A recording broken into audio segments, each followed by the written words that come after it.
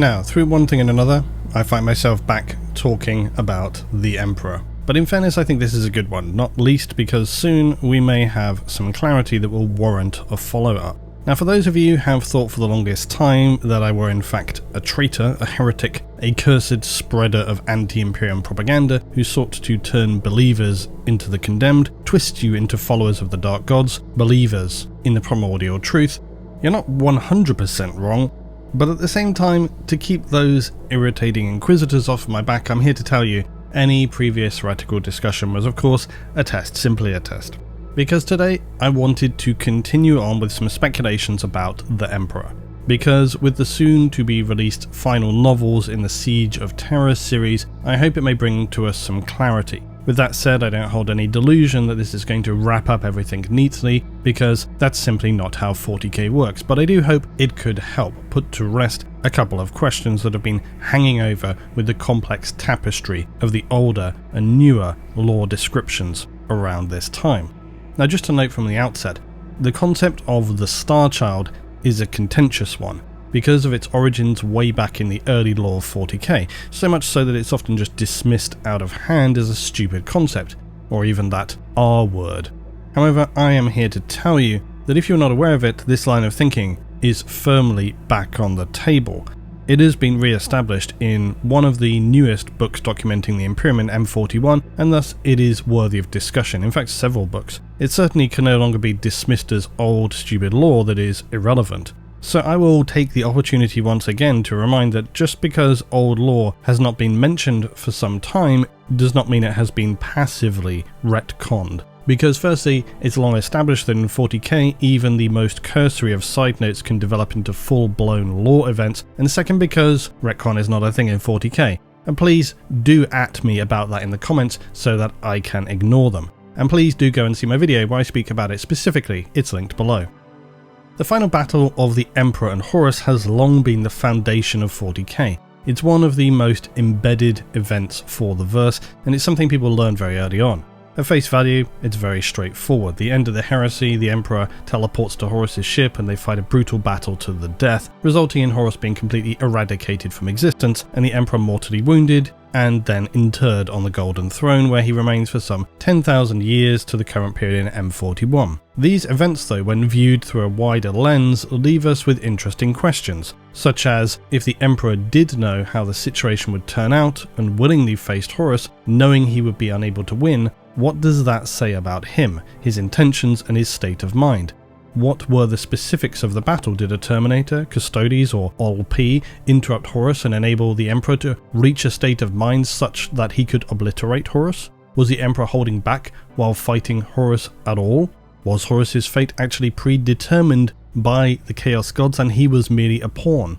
How was the Emperor able to overcome Horus, who we presume to have been empowered by all those Chaos Gods at the time, acting as their avatar in the Materium? Those two things line up. If they pulled away and reduced their power to allow the Emperor a brief window of opportunity, why would they do that? Was this a clever play by one of the Chaos Gods to weaken the others in the Great Game? Or was it that they understood collectively that Chaos would be more powerful in the long term should Horus fall right there? Which brings us to the issue of things such as the Cabal.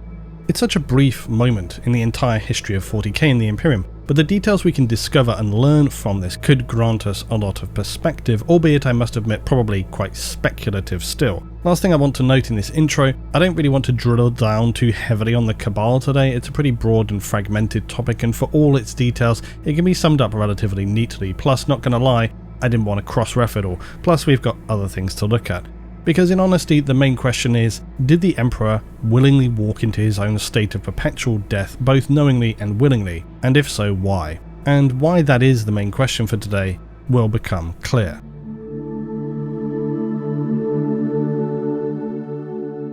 To the many billions of Imperial citizens, it is of course self-evident that the Emperor of mankind is the true god of humanity. The saviour of all, the protector, the golden light that will lead us all into the new golden age for humanity, rebuilding the vast galactic empire, exterminating the Xenos threats, purging the traitors, and most importantly consigning the foul and abhorrent entities of the warp, including the so-called Chaos Gods, to permanent and eternal oblivion. How much any of that is true is entirely unknown. We do know that within the Inquisition there are many schools of thought on what the Emperor is and what he is doing. Now, I've looked at these in several previous videos, so I won't list through them all here today, but it's also linked at the end. Within the context of what we're thinking about here, we should at least recall that some inquisitorial ideologies consider that everything the Emperor has chosen to do, up to and including the end of the heresy and the time since, were all known to him. That is to say that he knew exactly what was coming and how it would play out in the aftermath. That everything is unfolding as it should and is all part of his supreme grand plan for humanity. These are the Puritan Inquisitors known as the Amalathians. This perspective gives them significant power because by following this line of thinking, it means that anything they may choose to do is also part of the Emperor's ultimate plan. Now, some may view that more cynically than others, some may practice it in the most complete and sincere definitions, while others simply abuse it to rationalize and enable their horrific personal desires. But this is nothing unusual. Absolute power corrupts absolutely, and so forth.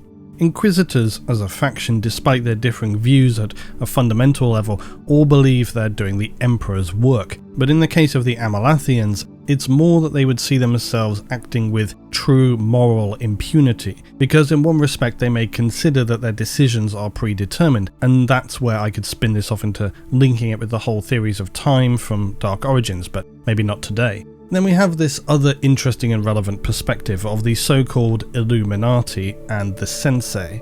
This is the whole Star Child theory. Now, these are not members of the Inquisition, these are something else entirely, and I should note that it has been barely mentioned since the 3rd edition, and existed within books that are generally frowned upon, like the Inquisition War trilogy, for example. That's a whole other kettle of fish. But so many for the longest time considered any mention of this Star Child theory to be fanciful nonsense. Old lore that was muddled by the mists of time, and since its early beginnings was barely acknowledged at all.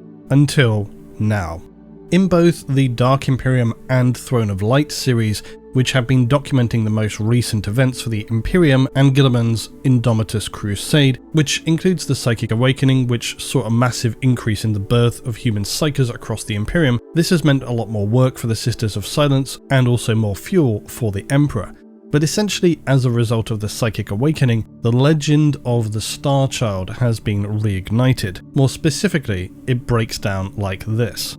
A few years into the Indomitus Crusade, visions of a golden infant interspersed with flashes of a radiant being rising from a throne of light began to be reported across astropathic relay networks, spreading out from the segmentum solar. Over time the images became clearer, and many began to interpret this with the legend of the Star Child. As is the case with different ideologies of the Inquisition, this concept is deeply problematic for many. And while some seek to enable it to come into being, others fear what it could mean and so seek to prevent it. Others, such as the Servants of Chaos, are actively hostile to the possibility of the Emperor being reborn for obvious reasons. And this is where it gets a lot confusing and very convoluted.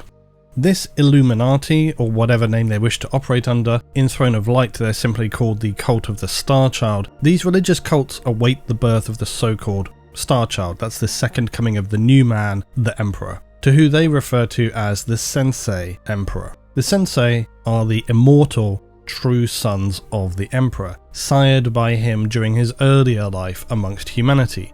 His real sons, essentially. They're said to of course hold very powerful gifts, some psychic, some null, some just masterful swordsmen. And as I said, this is very old lore, but one mention in the 3rd edition, which I should note was a pretty good edition for fleshing out lore, especially its rulebook, describes how in 997 M41, Inquisitor Fortes reported to have discovered a cult known as the Cult of the Star Child, led by a self-proclaimed sensei claiming to be the Emperor's sons. Inquisitor rejected this due to their affiliation with abhumans and the Eldari, and instead suspected that they may be some kind of Tzeentchian cult. They were purged with all but a few of those sensei killed. Now, the cult who are focused on enabling the return of the new man can go by whatever name they want to, but their existence is a lot more vague and in doubt than anything else, especially in the modern Imperium. It's possible they even had connections with members of the Inquisition, which makes some sense because they have beliefs that could align with some inquisitorial ideologies. But this Illuminati are supposed to be called as such because they are said to have been illuminated through having experienced a pretty traumatic event. that is, a demonic possession. They're said to have emerged from it through salvation, and this is the price of membership into their group, to be possessed by a demon, and in doing what seems the impossible, exorcising the demon from their body through sheer willpower alone. It's rare, if ever, for a demon host individual to survive possession, but somehow the members of this cult are said to have achieved this, though undoubtedly this would not be authorized or approved by any within the more Puritan elements of the Inquisition. So in being illuminated to the terror, the horror of chaos, they believe themselves to have gained a new level of understanding of chaos, which is likely fairly reasonable to agree with. Plus they consider themselves subsequently immune to its temptations and corruption. They become untouchable, so as to be able to now fight the darkness in a larger perspective. For whatever reason, they have been said to associate with Eldar Harlequins and to have had access to their Black Library. This is the Eldari's vast library of knowledge secured deep in the webway. It's the collection of their complete cultural knowledge and that of the galaxy, and as such the Illuminati understand the fall of the Eldar and seek to prevent the same from happening to humanity. Their experience and knowledge is said to have emboldened them with an ideological perspective that perhaps only the Emperor himself could equally have shared, and they're supposedly similarly devoted to mankind's preservation, with their ultimate goal being to bring about the rebirth of the Emperor of Man. They realise that the Emperor is disintegrating steadily in both body and mind, and that there will come a time where the Emperor has deteriorated to the point where his will finally breaks. Humanity without the Emperor, of course, means the ultimate oblivion, as we will fall to chaos. And so to prevent this, the Illuminati plan to rejuvenate the Emperor by sacrificing his descendants, the Sensei. At the moment the Emperor finally falls, through yet another act of mass sacrifice, the Emperor can be reborn as this Sensei Emperor, to again lead humanity directly. This cult have been said to be influencing events so as to pave the way for the Emperor's rebirth, gathering together also this Sensei, protecting them from the persecution of the Inquisition such as the Ordo Malleus, who know all about them, considering them to be very obviously dangerous heretics, and are therefore devoted to wiping out the Illuminati and the Sensei whenever they come across them.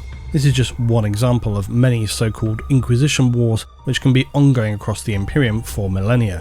And it's also an example of why all the horrors raging across the galaxy, in some respects the Imperium remains in a grumbling, periodically actionable state of cold civil war for the past 10,000 years. And as some have noted, the Imperium and humanity actually spends a lot more time fighting amongst themselves than they do the Xenos, the traitors, the heretics and the powers that would be, despite how often those are presented as the core primary threats. The primary threats to destabilize humanity is actually itself. But most importantly, the Illuminati believe that when the Emperor is reborn, he will wage a final battle against chaos, either through direct war in the warp, or even his rebirth creating some kind of neutralizing effect which will simply rebalance the warp back to a peaceful or mostly calm state. Other theories are said to consider that while the Emperor is dealing with things in the warp, humanity will be left to fight the final ultimate battle across the galaxy, to regain control of its borders, with humanity obviously emerging victorious. But all of this remains wildly speculative. The current ecclesiarchy in M41 has begun to preach that the Emperor is stirring, and their belief had some evidence to support it. Miracles have been seen more and more, the ghosts of the loyal faithful dead rising, Imperial saints appearing to aid exhausted armies, readings of the Imperial Emperor's tarot making the difference between disaster and triumph, even reports of the mysterious Legion of the Damned becoming more frequent than was ever seen before. When Guilliman travelled, the warp storms stilled, strangely allowing his armies to make rapid headway. A number of strange coincidences and odd phenomena reached the Primarch's ears. He even witnessed bizarre events himself that he couldn't account for. Things that he would discount at first, but as time went on, he was unable to do so, and became disquieted. All across the Imperium were people having claimed to have been visited or guided by the Emperor than had ever seen before. Many of these were, of course, burned as heretics, but in other cases their words and presence provided succour to the desperate and encouraged those who had no hope of salvation from other quarters to fight back against mankind's enemies. Most critically, all of these seemingly direct actions by the God Emperor have led to an immense outpouring of faith throughout the galaxy, which has only then further invigorated this cycle of emergence. However, there is one small problem, which is that unfortunately it's been noted that heretical interpretations paralleled a belief in the Star Child promulgated by a cult which had been destroyed some years before the Great Rift opened. So the destruction of those attempting to enable the Star Child is somewhat problematic. It also depends upon if you choose to believe or not if these are the Illuminati that have been destroyed, or merely those who heard stories of the Star Child and formed their own cults. The truth of these matters is really unknown, but it does raise for us this interesting prospect of whether or not the followers of the Star Child concept were actually destroyed or continue to exist somewhere out there in the galaxy. In some respects, it could be considered irrelevant. The existence of the Sensei is more strange and not something really spoken to, so just how this may or may not play into things is an open question. But the other question can be, are these followers of this Star Child concept necessary at all? Are they really relevant to what's happening, or is it just the Emperor is doing his own thing and they happen to be just following along and they're not really going to influence it whatsoever? I think what's more relevant perhaps is this description stating that a few years into the Indomitus Crusade, visions of this golden infant interspersed with flashes of a radiant being rising from a throne of light began to be reported across the astropathic relay networks, because this really raises the possibility that the Emperor is starting to stir in the warp, not dissimilarly to how the Chaos Gods were originally born. Now, Slaanesh came into being with one massive psychic explosion so powerful it near destroyed the Eldar and tore a hole through the galaxy, but that's not how we believe the other Chaos Gods came into being, for they became sentient, powerful gods through a more calm, steady coalescing in the warp. Coalescing is your word for today. Which is, in honesty, how the Emperor sounds like he is reappearing, if indeed it is the Emperor. This is where we get more into my own speculation, and so likely best to begin a new chapter.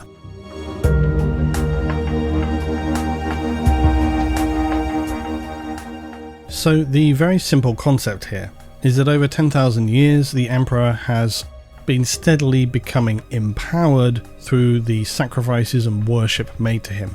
So much so that with the birth of the Psychic Awakening and all of that extra faith that's been coming forward, he has finally begun to emerge in the warp, or at least that is how it appears to be. Now this differs from the followers of the Star Child cult and the believers in some other ideologies who think that the Emperor needs to be reborn through actions or directly into a physical mortal shell, or by some other process. The Star Child cult believed that the Emperor's rebirth would be very much an instantaneous thing, where his body on the Golden Throne dies, and at that moment somehow their sacrifices would empower him as he's reborn anew in the warp. My personal speculation is that this is not entirely correct. We can't be 100% sure even if that's what they believe, because I believe that what is happening has the potential to be more troubling, and it raises more disturbing questions as you go along. From here on, we have to presume also that the Emperor is slowly coalescing into some new form in the warp as a Star Child, new man, whatever you want to call it. But essentially you have to assume that's what's happening, because otherwise the rest of today doesn't really make sense. Also, as I noted, these descriptions of the golden infant, some throne of light, those come directly from fairly primary lore material released very recently. So it has legitimacy. It's not some random theory from 20 years ago that can be just pushed aside. These are descriptions that are happening right now. Several questions come to mind though at this juncture. The question of, did the Emperor plan this from the outset? Did he intend to become a figure of worship, knowing that he would be interred on the throne, knowing that he would be steadily fueled by psychers, knowing that he would emerge 10,000 years later at the most critical time for humanity? Essentially, are the Amalathian Inquisitors correct? Is this all part of the Emperor's grand plan, and that things are unfolding exactly as they should? I honestly think it's at least possible, if not very plausible. When we consider the many references from the Emperor, he can often appear quite, depending on who he's speaking with, more enlightened or not. And then you have the shifting views of those who have known him in life outside of being the Emperor. Layered onto that, you have his questionable actions at the inception of the Imperium, the brutal slaughter of humans who might stand against him during unification, the execution of the Thunder Warriors, the cold indifference to his Primarchs, the willful disregard for the genetic integrity of the Astartes during the Crusade, and on and on. And then of course there's other factors like Malcador, the conversations we've learned in stories such as The Board is Set, the First Lord of the Imperium, Malcador saying the Emperor wasn't the Emperor until he met me, and all the conversations we've had about Malcador. Now, I'm not going to rake over all of those specifically today because we've done that. I think the point I want to make is that simply it's unclear what the Emperor's intentions were. It remains very subjective. Everybody will interpret and feel differently about this. It's not bias, it's just you can't know yet. I still think that the pure salvation for humanity may not be the whole picture here. The emergence of the Star Child and what it could mean certainly though raises the prospect that the Emperor in fact knew exactly what he was doing, and that perhaps he may very well have intended to be interred on the throne all along, that he wanted to become a figure of worship, and that the heresy was all part of the plan. We get glimpses of these possibilities, but with the potential for the Emperor's rebirth, with the psychic awakening and the seeming future-proofing of the Golden Throne and Astronomicon, it seems very possible the Emperor set out to become the true God of humanity right from the start.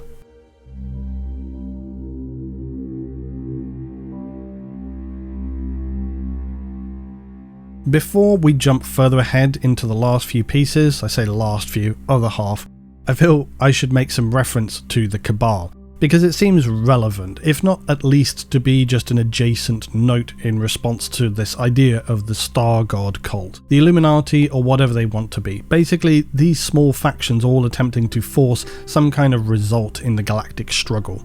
So the Cabal are basically a group who have claimed to have fought against chaos, or in their terms the primordial annihilator, longer than the existence of evolved humanity, a description which in and of itself is somewhat problematic. The Cabal are this strange group of alien species, seemingly all with different origins, some even appearing to be just energy-based entities. Some of their collective species may well have been exterminated by the Emperor's Great Crusade. They also notably contain members of the Eldar. They don't have a permanent home position and instead wander the galaxy. When they do hold somewhere for a short time, these are designated as halting sites, and they may adjust a chosen site of a world using advanced geoforming abilities.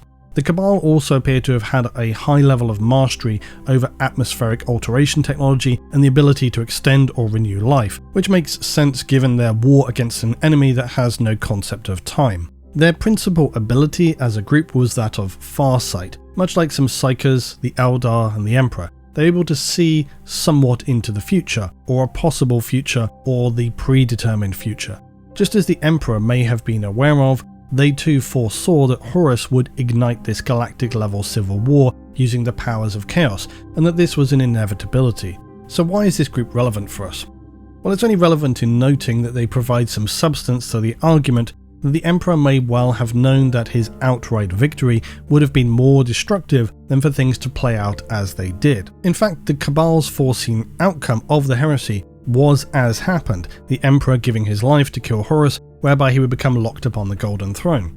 But the Cabal believed this was actually the wrong path to take, for they saw this would lead humanity into stagnation, decay, corruption, and the disintegration of the human empire, which is of course what has happened, thus enabling the powers of chaos who were heavily invested in humanity to grow their influence and power, until finally, after many thousands of years of misery, the galaxy would finally be consumed by chaos. Which does seem to be how it's playing out, and there's even suggestion that this is how Chaos wanted it to play out, that Chaos actually even wanted Horus to be killed at the end of the heresy.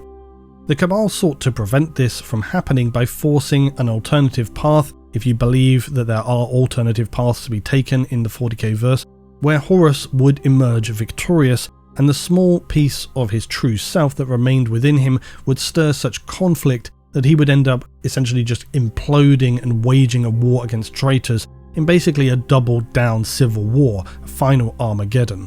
This would mean the extermination of the human species, but the Cabal believed with chaos so invested in humanity, they would ultimately be extinguished with it. They also are the primary cause for the Alpha Legion of Astartes to turned to the side of Horus. John Grammaticus also demonstrated to the Primarchs their foreseen outcomes for humanity, and so they decided ultimately it was a better thing to see the destruction of chaos and humanity than a grinding slow death for human civilization, which would result in the still remaining existence of chaos.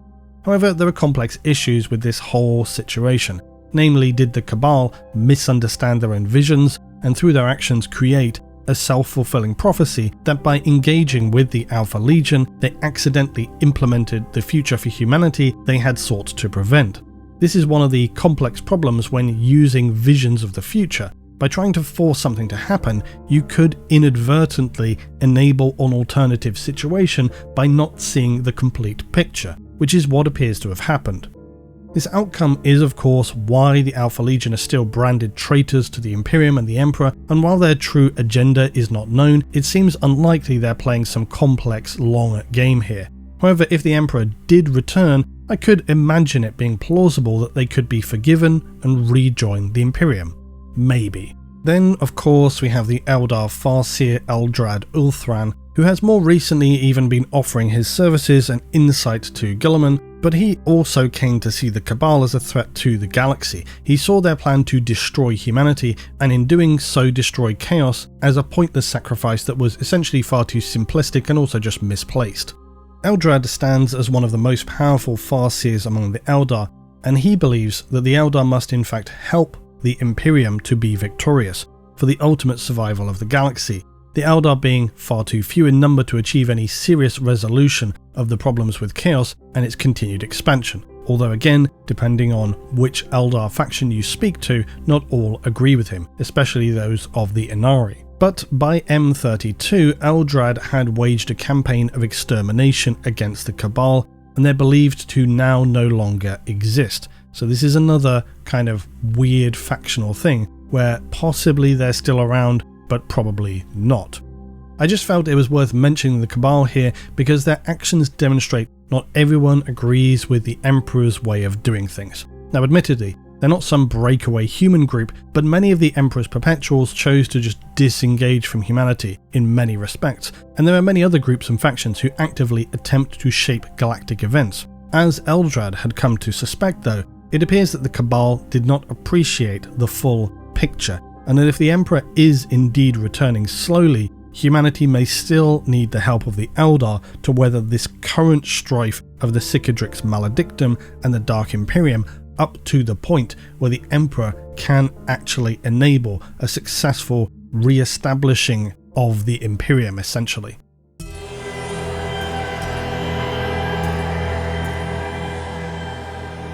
Now, as much as I know some people dislike it, sometimes things are not clear-cut. Sometimes things are open-ended, unresolved, or of course the realization that two things can in fact be true at the same time. The nature of the Emperor's agenda is one such question, and it's a problematic aspect of this rebirth theory because it calls into question the nature of the Emperor. Because if we're thinking about his ultimate goals, being born again into the warp is a tricky one, not least because it makes us to consider, were all the struggles of humanity throughout the Crusade and the Heresy and the 10,000 years since all in the service of his ascension to becoming a literal god of the warp? When discussing these things, the Emperor and the Imperium are often given very generous boundaries of moral relativism, in the sense that terrible actions are simply necessary for the greater good. It's often basically presented that this is just how things are and no further action or questions are required,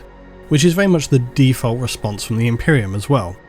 But if the ultimate goal all along was the Emperor being reborn in the warp, more powerful than ever, can the sacrifices made by humanity, not just in war and service, but also literal human sacrifice through the Golden Throne and Astronomicon, be balanced out? Can these things be aligned as still being good? Or do we start to consider maybe the Emperor was not the only way forward? Maybe he actually is a questionable character. At what point do you start to call it and go, you know what, maybe we need to think about this. Maybe we need to turn back before it's too late. I think there might be a few people who certainly start to realize at this point that maybe he should have been stopped somewhere along the way, but that's really a whole other question. I've often speculated loosely and wondered about those several human civilizations that survived post-Dark Age of technology. They weathered the Age of Strife, they retained a lot of technology from that time. They did not share the Emperor's galactic vision of human subjugation. And I've always thought, and I've often asked, what if they had begun to rise up more ahead of time and created an entire section of the galaxy that was far more technologically advanced? When the Crusade encountered them, they often actually struggled quite significantly against these civilizations, but the Emperor just had far too much on his side, too many legions to destroy these worlds. But imagine if, similar to the Tau for example, they had managed to maintain an area of their own territory, if they had been able to basically build on the technology that had survived the Dark Age of technology, perhaps not entirely dissimilar to the Votan. Maybe at this point they then could have teamed up with, say, the Eldar, the Tau, the Votan, created some kind of alliance which fought against the Imperium.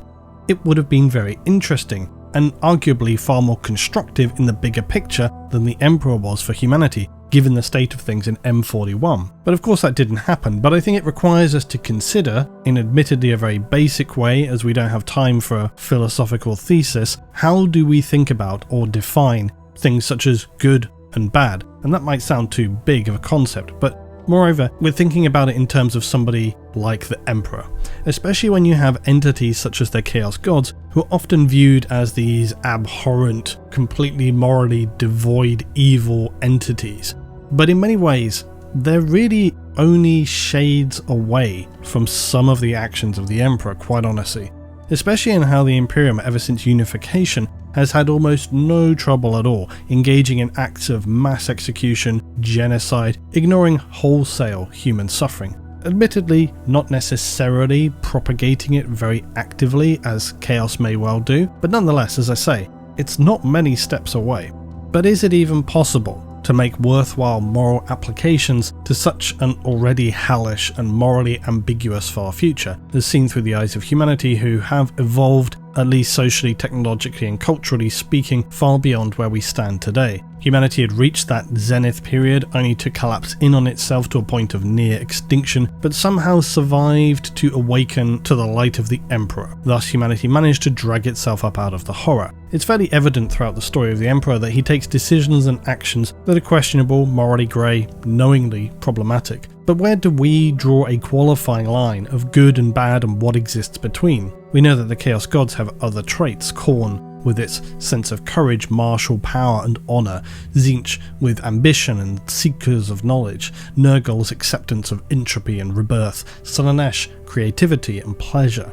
Although I also often think that while these things are true to a degree, it's very rarely seen in a practical sense that we would understand. These traits really only seem plausible in an almost theoretical or very general sense, almost definitions that are merely a gateway to becoming a follower of the Chaos path. And to give an example, offhand there's often references to these traits being attributed to the Chaos Gods, but it's not often you see a Khorne berserker and think, wow, what an honourable fellow, as he chews through a bunch of civilians with twin chain axes, or you're seeing a crew of Slaaneshi demons turning someone who's still alive inside out and using their ligaments to play some whimsical melody, and as you watch all this you muse to yourself, you know what, that is so creative, I never would have thought of doing that. Tzeentch being attributed to naked ambition, but this just usually translates to disgusting sociopathic human seeks power by any means necessary, and all of the horrifying excesses and suffering that comes with that. So I think in this regard we can question, was the Emperor considerably better?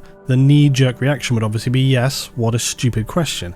And I'm not going to lie, I think they are markedly different. But then again, cast our minds back to the Emperor doing things quite casually, such as forcibly subjugating billions to your cult on pain of death or worse, scouring worlds, and then in my opinion, knowingly creating a religion based on you as its deity that would later lead to 10,000 years of grinding human persecution and suffering. I feel like it's not a wildly unreasonable position to take that the Emperor is not a good person. Still, who's grading what's considered morally acceptable or disgusting, laudable or abhorrent, constructive or unconstructive for humanity as a whole? And why does any of this even matter? Well, in one respect, perhaps not at all. In a galaxy as horrific as M30 to M41, clearly what will be will be. In another respect though, it could matter a lot.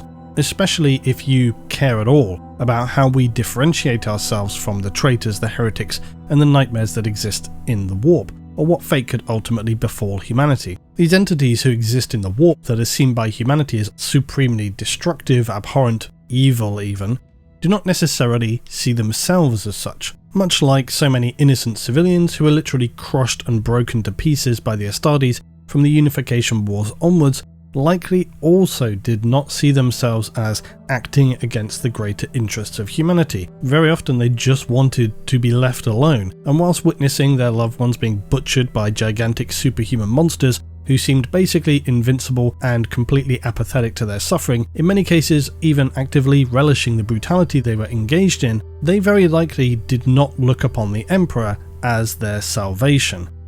Later, when the heresy came, many of the Emperor's own came to question his position. Let's take Mortarion as one example. He would come to consider how the cycles of life and death, decay and growth are the most natural states for the galaxy, the unstoppable march of entropy. Why attempt to deny this? Why not embrace it fully? Angron, so consumed by his rage and his suffering at the hands of humanity itself, the failure of the Emperor in his eyes, turned to the only truth and reality that existed for him, and in terms of facing an unavoidable reality, perhaps Magnus much the same. So for us to assume that any who might align themselves with the Chaos powers are seen only as being wrong, evil, because humanity always believes itself to be right, seems really hypocritical. And again, no need to send that anonymous call to your local Inquisition or RBTs just yet, don't worry about it. My point is simply that it's all about perspectives. The Tyranids, for example, difficult really to ascribe emotional descriptions to them as being evil, monstrous they may be, but they're little more than highly evolved organisms looking to consume and maintain their existence, similarly the Orcs. The story of the Imperium and the Emperor are told obviously from the human perspective, but when we look at things from another view, it's not as clear as it may seem. Humanity sees evil in chaos because it's a reflection of the darkest aspects of the human soul and spirit, and so we project our own relative perspective onto them, and because it threatens the ordinary state of human existence, chaos seeks to destroy the default modus operandi of humanity, to distort it so that it may better reflect their own ways, their own truths and reality. So depending on your perspective, this is exactly what humanity does. Wherever it secures territory in the galaxy, it dominates and exterminates all who are not as they. What about the Eldar Maiden Worlds, the beautiful, serene, peaceful planets created by the Eldar millions of years ago? Humanity claimed many of these for themselves as paradise worlds or industrial worlds, and now should the Eldar appear, they're killed on sight. The Emperor and the Crusade slaughtered millions of humans who did not agree with the way of the Emperor, while the Xenos, many of whom were peaceful, butchered just because. Their planets seized, used to farm resources and empower the Imperium, i.e. the Emperor, just like how when Chaos forces transform a world, they use it to empower their specific benefactors. So if we're just talking about it in terms of morality, it's hard to really make a legitimate case for the Emperor as being any kind of moral leader for humanity. For goodness sake, even when his newly established government attempted to act on its own principles and laws that were sanctioned and created as part of the Emperor's new Imperium right after unification, the Imperium of Humanity, they were just shut down, investigated, stonewalled, even exiled. Why? Because it didn't align with the Emperor's agenda. It was just a farce. And so having to face the moral consequences of his actions exposed the extreme hypocrisy of the Emperor and effectively undermined everything he claimed to be. Those who remembered humanity at this time, the true humanity from before the collapse post-Dark Age of technology, those few who remained or their descendants had the best intentions for humanity. They wanted to build something out of it, to create a new peaceful and constructive human civilization. What happened to them? They were either enlisted and exploited by the Emperor, or they were broken and killed by his minions. So again, not a rock-solid basis, really, for being a benevolent leader, or even a leader who had the best intentions for humanity from the beginning. In fairness, you might think, why is this relevant? Well, it is.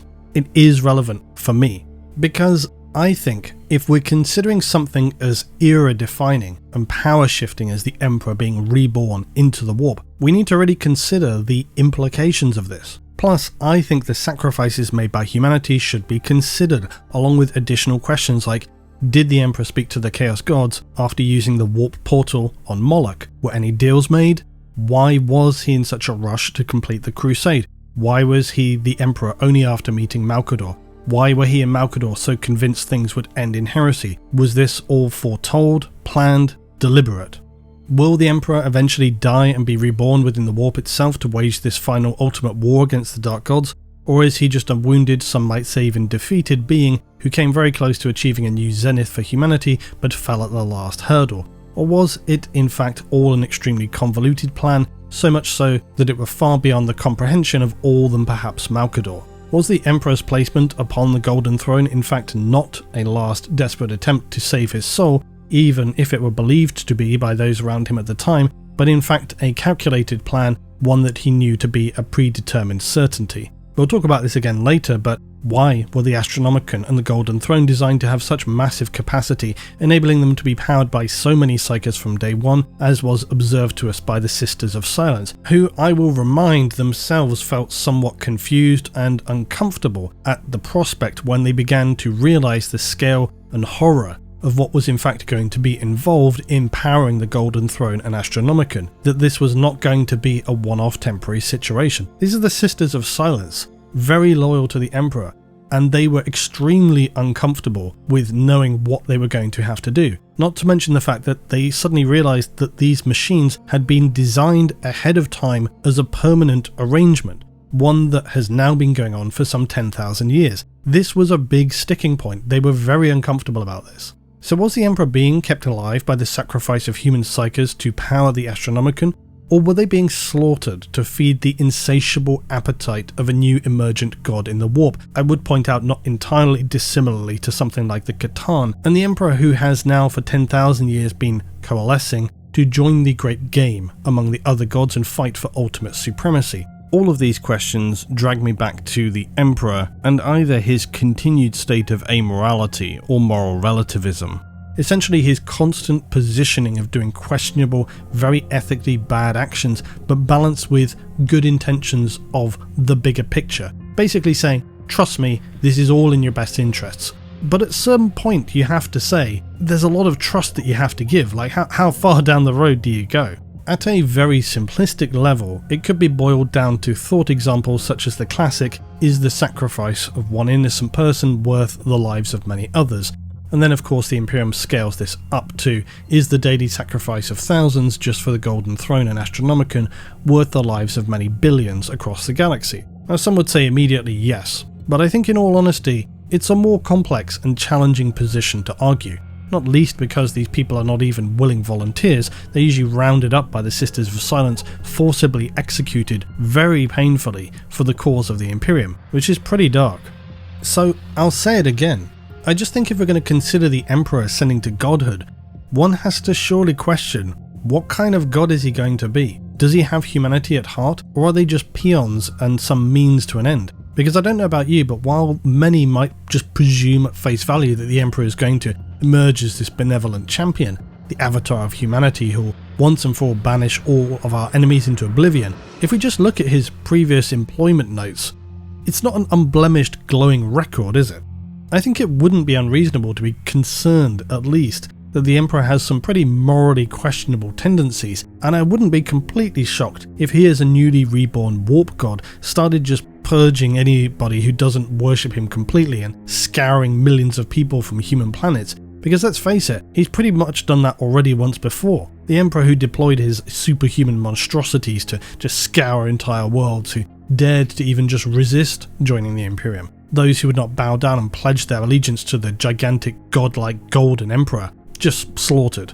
I mean, look at what happens in the Imperium with the Ecclesiarchy in Sororitas as it is, their horrifying methods to purge heretics.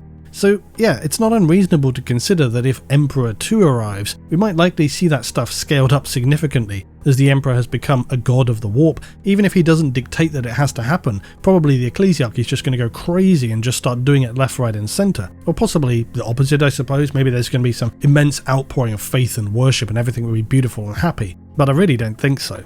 Now, I know that I'm going to get people now saying to me, you filthy heretic Luton, how dare you question the Emperor's glorious return to save us all? He was not some malevolent entity, you've got it so wrong. He didn't have cynical intentions for humanity, he'll be our saviour always.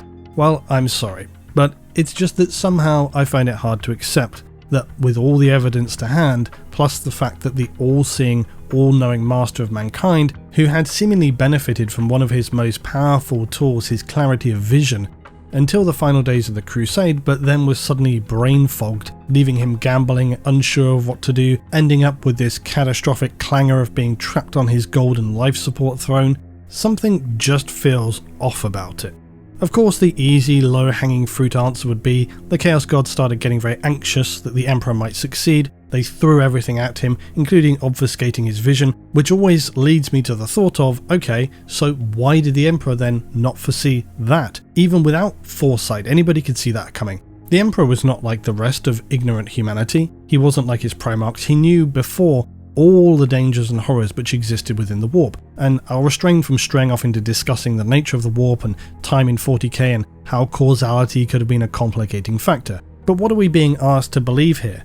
That the Emperor of Mankind just didn't expect the gods of chaos to do anything? Especially considering that from what we are vaguely led to believe, he already perhaps had an encounter with the gods in the past prior to his crusade, and we've covered this, but it doesn't seem to me that he really gained any power. The timelines don't line up on that. But he may well have gained some lost knowledge from the zenith of humanity, perhaps the ability to tether souls to his Primarchs, which seems particularly plausible considering the complexity of Magnus. And again, as I've discussed before, souls are a curious thing in 40k. Eldar souls, seemingly more persistent and malleable than humans. And some want to make the argument also that maybe the Emperor is some kind of tool left over from the golden age of humanity that has somehow crafted false visions of the past to cover up for his true existence as one of the godlike creations from the dark age of technology, but that perhaps he lacked knowledge to create true beings like himself. The Primarchs were the nearest he came to it, but to bring them into being at all, he still needed more from the warp. This is wild speculation,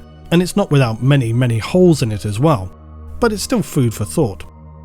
But if we're thinking about the Chaos Gods and the Emperor, it comes back to that issue again of the Emperor rushing to complete the Crusade, finish his great work. The Emperor was not just trying to wrap things up in a timely manner, he was pushing hard for the Crusade to get done. Anyone would assume he was seemingly on a clock, evidenced by his aggressive, reckless, even, development of Astartes during the Crusade, so much so that he genetically damaged them, and the impatience with worlds who took more convincing than others to be swayed into abandoning centuries or millennia of their own traditions and societal structures.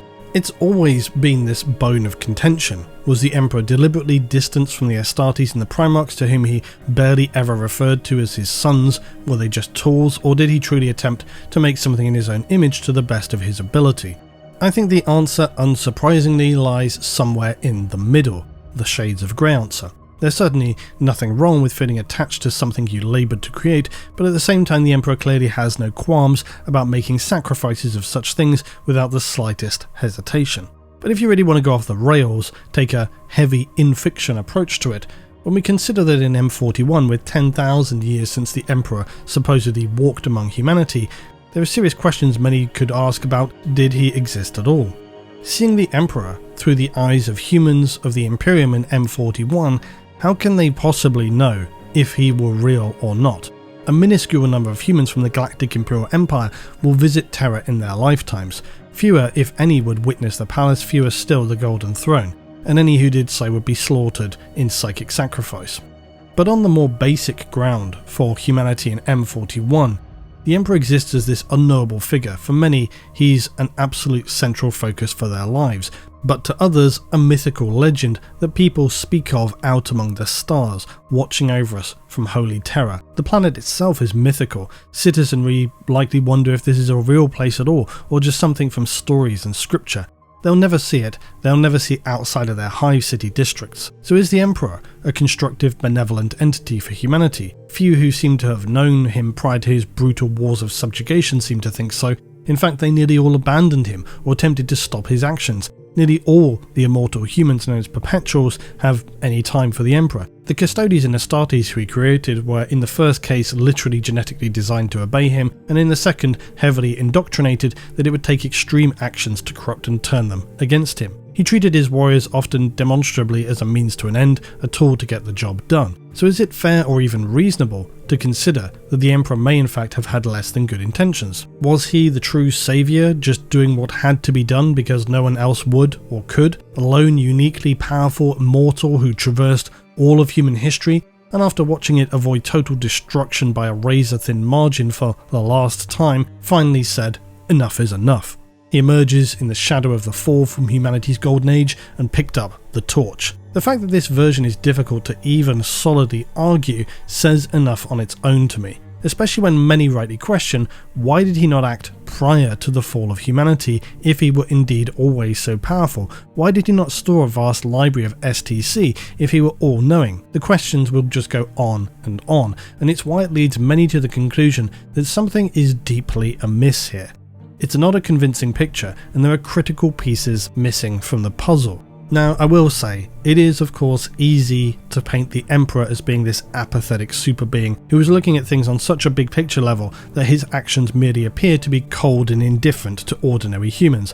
I always think not entirely dissimilarly to Dr. Manhattan from Watchmen, where they're both so powerful, so transcendent, that they become disconnected from what it means to be an ordinary mortal human. This is honestly somewhat true for some, not all, of the Primarchs as well, and we've seen this even among the Astartes. Some understand the mortality of humans, others become entirely disconnected from it, which was incidentally one of the reasons some Trader Astartes turned away from humanity. They saw themselves as the next stage, and perhaps we might consider that this was in fact why the Emperor kept them at distance, treated them as a means to an end, because he didn't want to validate any of that kind of behaviour further. But maybe also because he didn't want to become too connected to something that he knew was going to have to ultimately be discarded, as he had done several times before.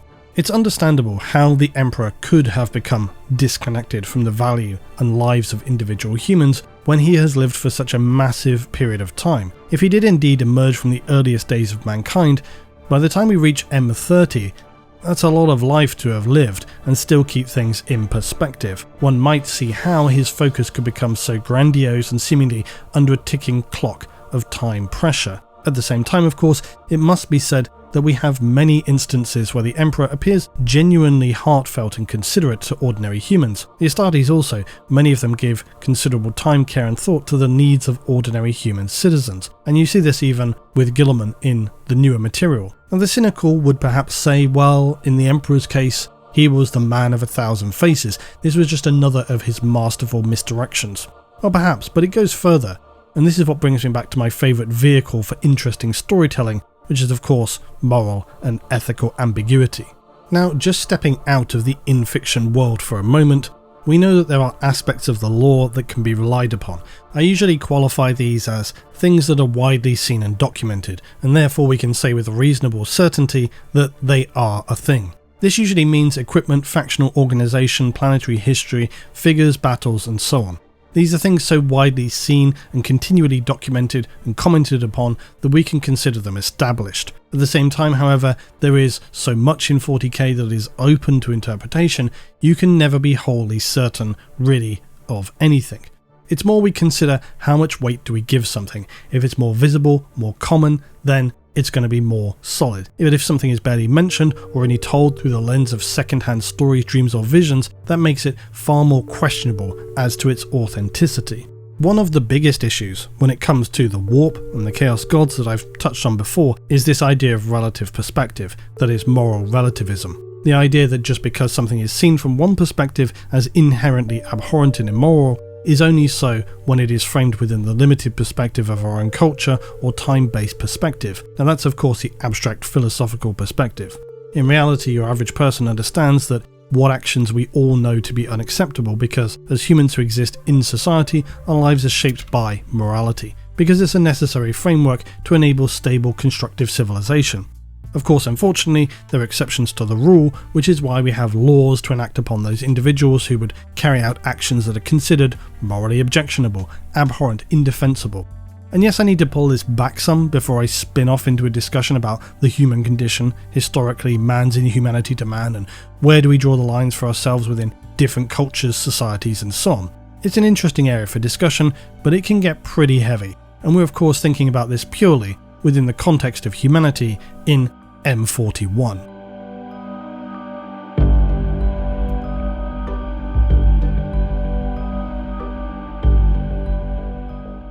Now, I came back to the start of this section to make a small amendment note to say that things get a little meandering from here. So, buckle up. And yes, I used some movie references as well. So, is morality real? In the sense of, is it a real thing similar to how we would consider the laws of physics, given that it seems to passively dictate how most people in a society or a civilization function? Obviously, it's straightforward to understand that no, this is not the case when you see how anyone could break the unwritten rules of society, but this is only considering the very clear-cut examples. Somebody commits a murder, we think, okay, bad, except even something like that is on a sliding scale, isn't it? If someone's life is threatened, it can be seen as permissible to defend yourself. If we consider something like war, the idea that someone could go from doing a day job within normal society, then you're sent to a battlefield where you've shifted the boundaries of what is considered immoral. This as a concept is something most people tend to avoid thinking about, for obvious reasons. It's pretty heavy and it leads to some fairly depressing conclusions. But even that in itself is something which has of course been heavily commented on historically. You have explorations of the human condition, questions around morality itself explored in movies like Apocalypse Now. Now, such examples are of course a very binary thing, but it's an easy example because you're taking something that in normal everyday life is totally unacceptable, we have laws against it, and in some instances people might even use the adjective of evil to describe those who break through those boundaries. It's stranger you can take that thing which is abhorrent in normal society, and as you transition to a different situation, suddenly not only is it considered acceptable, it's considered necessary, sanctioned even, something you could even be rewarded for. Now, I'm not here to debate the broader points of that argument, I simply wanted to make the pretty simplistic example that there exists not one, but multiple states of moral truth. And because people don't want their lives to be consumed, like I said, by pondering these very depressing philosophical concepts, it's not something that people generally invest a lot of time in. It is though why, for example, I personally feel that describing a person who has committed an undeniably horrific crime as evil is inherently unconstructive. It may be true and valid to ascribe such a description in an emotional sense, but it also can lead to a dismissiveness or collective unwillingness to face the conditions, reality, and circumstances that led to that event taking place at all, which ultimately means you are going to be less successful in understanding how you might be able to prevent that in the future. So in saying that person who did that thing is evil, very often tends to lead to a sense that they were some kind of unstoppable force. This was a situation that was entirely unpreventable because evil. They were an evil person, a corrupted soul, a darkened force who existed outside the ordinary human condition. Nothing could ever have been done about it. Except very often that's just completely wrong. And even if it was somehow true in a specific circumstance, it's still not very constructive.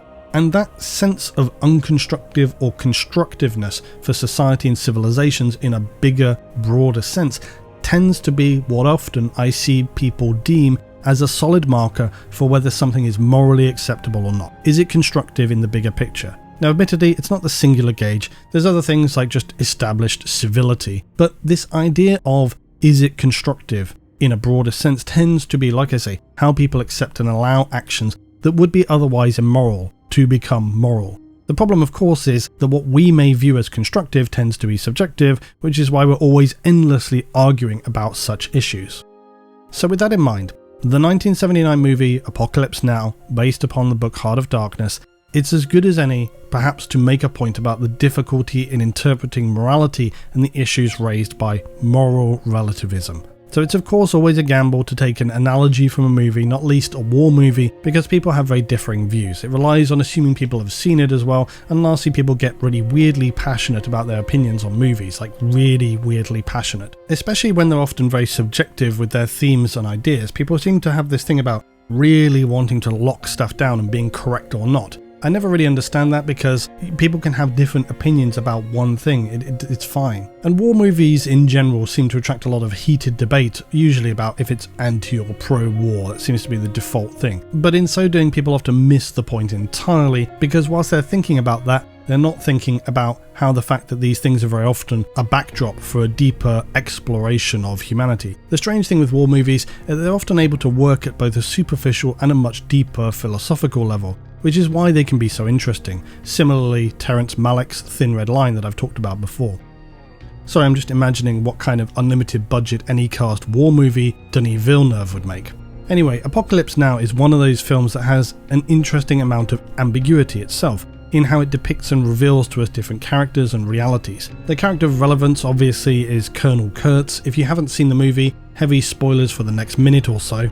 But for those of you who don't care at all about spoilers like me, Kurtz is this highly decorated US officer running a special forces team deep in the jungle of the Vietnam War. He basically goes rogue and disappears and becomes an embarrassing headache for the US military, who want to have him eliminated before things get even worse. Now that's just the very brief notes to his character. We discover Kurtz, who is a highly educated, thoughtful individual, has essentially had a complete mental breakdown as a result of his experiences. The trauma of war has reshaped his worldview, but it goes a lot deeper than this.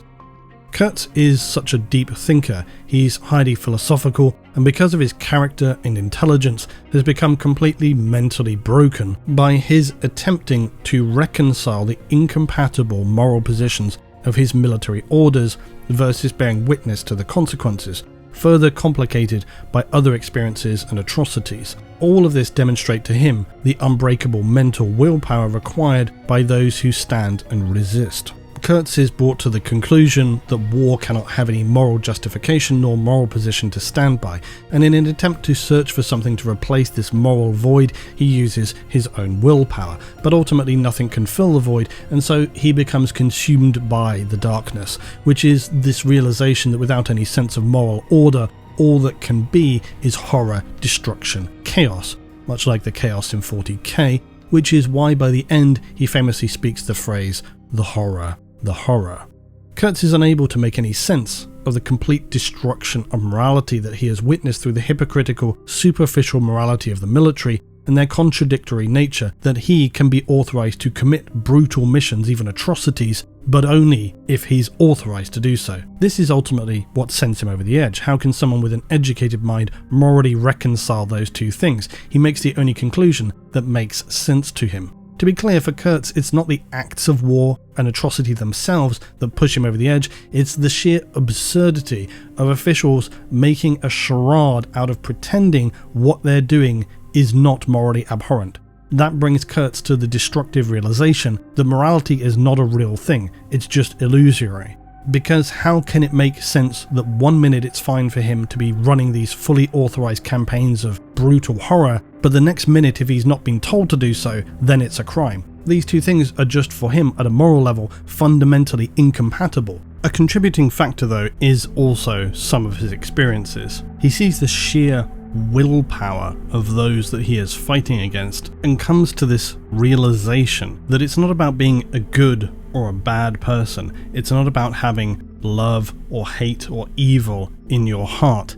It's about having that willpower, and that's essentially what he becomes, this vessel for willpower alone. There's a great line which underscores the insanity of the whole thing in the movie when we're reading through some of the reports that have been made by the military about Kurtz, where essentially it's explained that they still wanted to get him back on board despite how crazed and unhinged and out of control he'd become, because he was very efficient and very good at what he was doing, which really underscores the horror of the whole situation, which is that despite the atrocities he's committing, they still want to get him back on board. It's not about morality, it's about whether they can control him or not.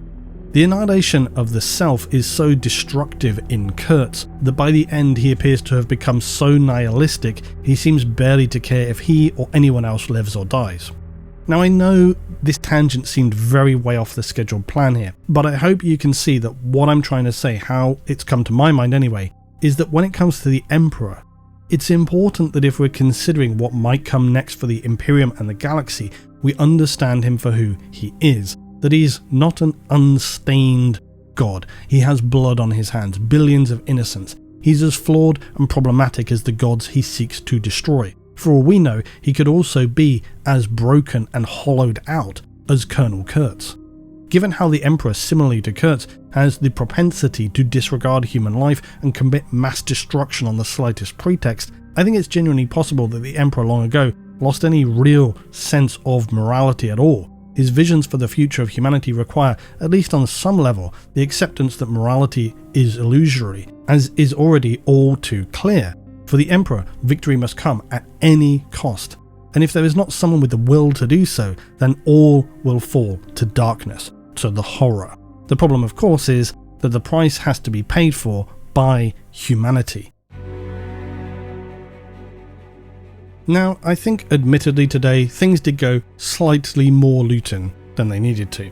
I don't know what to tell you, unfortunately, it's just how my brain works. Things go round and round, and I consider something, then I come back to it a second, a third, a fourth time to try and find different angles to it.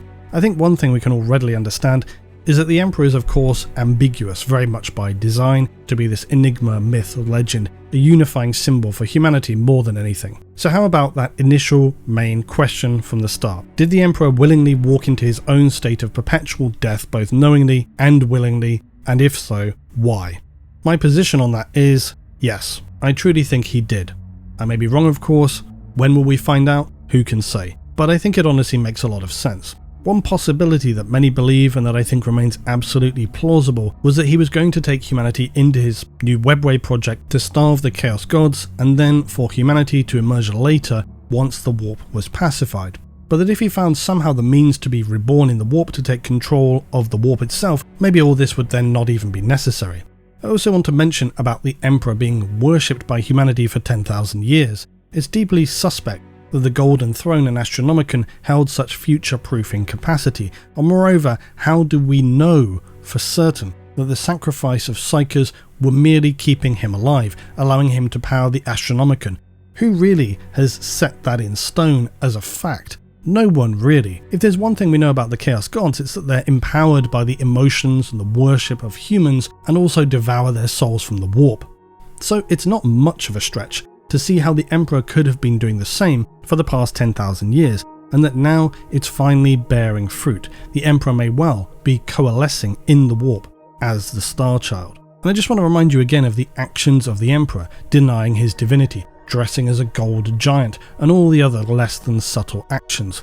He was either laying it on so thick that no one would believe someone could be so blatant and then outright deny it. And I was going to make a counterpoint to that here, but I genuinely couldn't think of a reason why someone would brutally subjugate humanity to become the supreme leader of a people who that said person is more than well aware that they have historically had a very, very difficult time not worshipping divine beings or heavily reading into things that are not there, and then that same said person who appears to be able to at will appear in different forms specifically chooses an outfit for themselves as a giant bathed in light, dressed all in gold, who goes around carrying out miracles with one hand and an army of superhuman warriors to enact his immense wrath with the other, all the while specifically telling everyone that you're definitely not a god. Yeah, definitely nothing was going to go wrong with that plan. Certainly no one could see it coming that the highly susceptible, extremely easily manipulated human race were not going to nod and wink themselves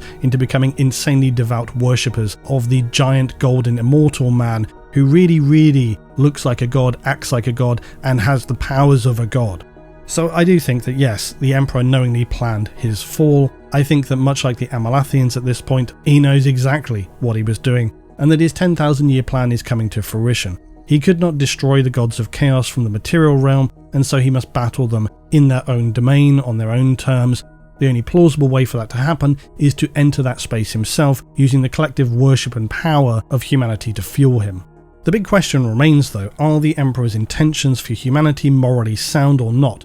Will all the sacrifices and suffering balance in the bigger picture for humanity and the Imperium? These are the questions that we cannot answer. The Emperor's agenda, his ultimate purpose, are very unclear, and who knows what could have happened to him through that 10,000 years. If he does emerge as a god, what kind of god will he be, as we discussed before? It could be the dawn of a new golden age for humanity, but it could also be a new age of fear and zealotry, of worship, and in a very strange way, galactic domination by a new power of the warp. One small other thing, it always seemed somewhat unbelievable, some might say suspiciously unbelievable to me, that the Emperor could have been so crippled by Horus. We of course know that Horus was the captain planet of chaos at that specific moment in time, using their powers combined to become the warp's greatest champion, but the fact that the Emperor was still able to not just finish him, but literally erase him from existence, I think it showed he had more than enough left in him to do something that is barely known to have happened at any other time. Now, of course, it's also said that maybe the Chaos Gods saw Horus slipping, they knew it was better to get him out of the way, and at that moment realised it was time enough to pull back their power, thus enabling the Emperor to finally kill him. Although I also often consider, what if the Chaos Gods had that moment of realisation? What if the Gods of the Warp had been lulled into being drawn into the Emperor's trap, and at that last moment realised what was happening and pulled back? Maybe they saw what the Cabal saw, that victory for Horus meant their own impending annihilation. Soon we hope to get some information on one of the most fundamental questions in 40k, which is how did the final battle with the Emperor and Horus play out? And we do need some clarity, because there are conflicting accounts from the older and later elements of the lore here. These may well speak to the nature of the Emperor for us. Did the Emperor hold back from destroying Horus because he was one of his Primarch sons, and only when he saw Horus's clear and complete corruption was he able to destroy him fully? That idea conflicts with this picture we have built of the Emperor barely speaking about his Primarchs as sons, and seeing them more as tools to complete just a stage of his grand vision, that potentially they may have even been discarded later. There's of course that description in the older lore where the Emperor, quote, forces all mercy and compassion from his mind, empties it of all knowledge and friendship and camaraderie and love. His eyes lock with Horus and sees understanding there. Then with full cold knowledge of what he's doing, the Emperor destroys the War Master. It doesn't sound a lot like the Emperor we know to me. What's interesting about that is that we could believe that at the end of the final battle of the heresy, that moment with Horus was what brought about a major change in the character of the Emperor, and that this was then further whittled down and spiritually emaciated over 10,000 years, so that by the time Guilliman visits with him on Terra in M41, it's understandable that what he sees is something completely unrecognisable as his air quotes father. My honest opinion, I think the way the scraps of information are coming together, it does appear that perhaps things are moving towards this situation where the Emperor is going to be reborn in the warp itself, and I should remind this doesn't mean he's going to be trapped there forever either. The Eldar gods were able to seemingly walk in and out of the material and immaterial space. Although I imagine what could happen is some kind of situation where the Emperor remains in the warp and becomes a part of the great game. He speaks to the mortal humans back in reality through the use of avatars and heralds, prophets speaking on his behalf, while he maintains his attention on the war in the warp, fueled by the faith and worship of a galaxy of human followers. Or it could be more cataclysmic. It could be some kind of event where in a short time the Emperor does re-emerge and fights a massive battle to calm the warp.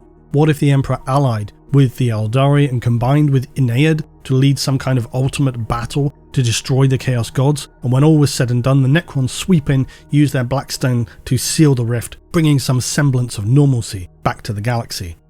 But I don't think so. I think in truth these wild speculations will never be realised, nor will they happen anytime soon. I actually question if in terms of lore we would see the rebirth of the Emperor in my lifetime. I'm not joking, I'm completely serious. The lore of 40k moves so slowly, I might actually not be here to see it happen. What I do think though is that things are leaning toward the Emperor coalescing in the warp, and who knows how long that's going to take. I think from the descriptions and visions people are having across the Imperium, the Emperor's tarot becoming stronger, more accurate, the Sororitas seemingly having their powers more than they ever did, this may well start to begin answering that other frustrating question I've asked a while back of how do the Sororitas powers work? If they're not psychers, I think the answer is they sort of like the Orcs have some means by which to directly channel the Emperor's power from the warp using their faith. So that if, for example, they're in a null zone like the Pariah Nexus, somehow they can still utilise it, even when Psychers cannot. And now that we know what's happening sort of with the Emperor and the Warp, that makes more sense. I think this situation of the emergent new man, this coalescing Emperor, the Star Child, is what will become the situation for some time. There always remains this question of, if the Emperor is not on the Golden Throne, well then, what happens there?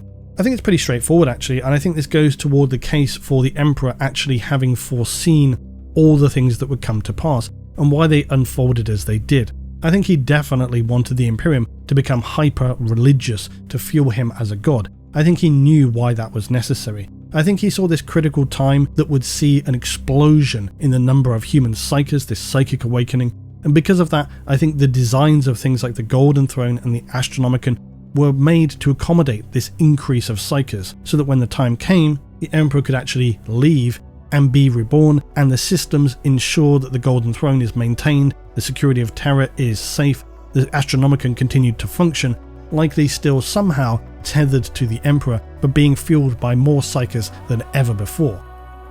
I do wish things, as always, were a little more clear-cut at this point, so I didn't have to wildly speculate and guess quite so much, and who knows if I'm even close to being right about any of this stuff. But in my head right now, this is what seems to make the most logical sense. I never really bought this idea of escaping into the webway. We never got enough information about how that was really going to solve anything, other than yes, maybe starving chaos very slowly. Seems quite a project, doesn't it? Shifting all of humanity in some galactic exodus into the webway. If you ever move house, it takes a long time, it's a lot of effort. So the idea of moving a galaxy of humanity into the webway, it's the most insanely complicated logistical nightmare ever. Unless of course the answer to it was more dark than we anticipated. Maybe the Emperor's webway plan was not to bring humanity there and secure it safely away. Maybe what he was going to do was just select a few billion humans, maybe just the Psykers and his Custodies, and disappear into the webway with them forever, leaving the Astartes and regular humans to deal with whatever was left out in the galaxy. And then over time, once he's built up some kind of psychic empire, emerge and wage like some new war. Who knows? But for now at least, I'm pretty firmly on the emergent Starchild Emperor train. It's the thing which has been given the most nods to. It also makes a lot of sense in the grand scheme of things. It aligns with what we've been seeing, it aligns with the events and the fact that the Imperium is facing its most destructive situation since the heresy in the form of the Great Rift. So it seems right that now is the time the Emperor would begin to reappear, and despite not being fully present, at least begin to exert his influence, and this is demonstrably happening. We've seen it in things like Dark Imperium, it's happening so visibly that even Guilliman is starting to have second thoughts. But anyway, that's where we are. Disagree? Have a better theory? Tell me in the comments below. I think a good time to revisit this would be after the conclusion to the Siege of Terra series, dependent on if it gives some new solid insights, but I think to conclude we'll consider that something which has always been a bit of an eye-roll statement. The Emperor protects. Something the brainwashed faithful of the Imperium would just say offhand because they've been saying it all their lives. But right now, in M41, with the increasing power and presence of the Emperor in the dreams, visions, even lives of the faithful, the servants of the Imperium, the preachers who would walk unarmed into battle against the nightmares of chaos and somehow emerge untouched. Now, at this most devastating of times in M41, this period of true darkness for the Imperium, the Emperor actually does protect.